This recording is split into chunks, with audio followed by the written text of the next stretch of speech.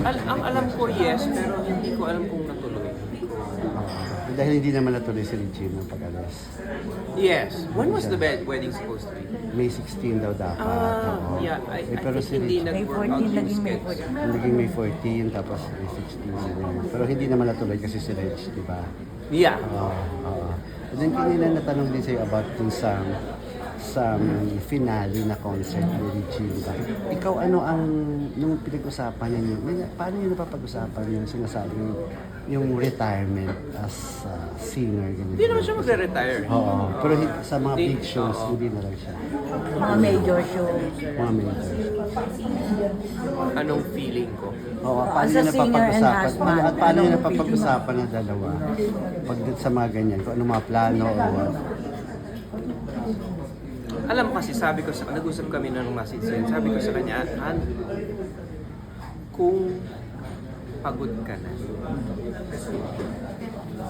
and you feel like you want to spend more time with Nate and the family, don't worry. Diba? Don't worry, we'll all be okay.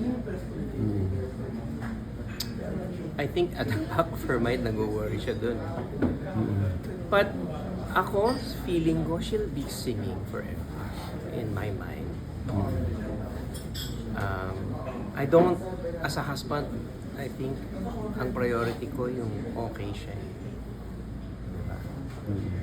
Ang dami nagmamahal kay Regine, mga fans niya, mga solid Reginians who really, nababasa ko enjoy singing her. Pero a lot of them are also accepting. No? Sige ate, kung talagang ano ka na, tanggap namin yan. Pero hu. Diba? Ay, ganun. However, hindi natin malaman di ba? I think ang ayaw lang natin yung 80 ka na kumakanta ka. Uy, sila Engelbert Humperdinck, di Pero di ba? ba sabi nila Sina kahit matanda ka na? Tom Jones. As long as you can do it, Sylvia.